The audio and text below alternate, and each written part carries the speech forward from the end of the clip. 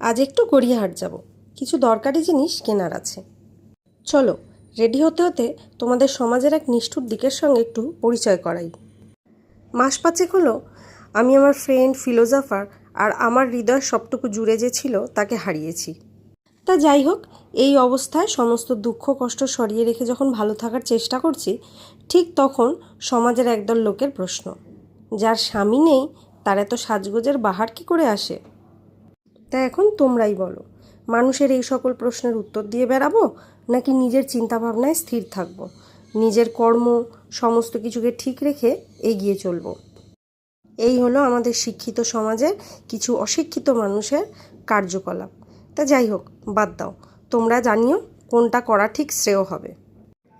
যাই হোক, সমস্ত কিছুকে তুচ্ছ করে দিয়ে এবার আসি আসল কথায়।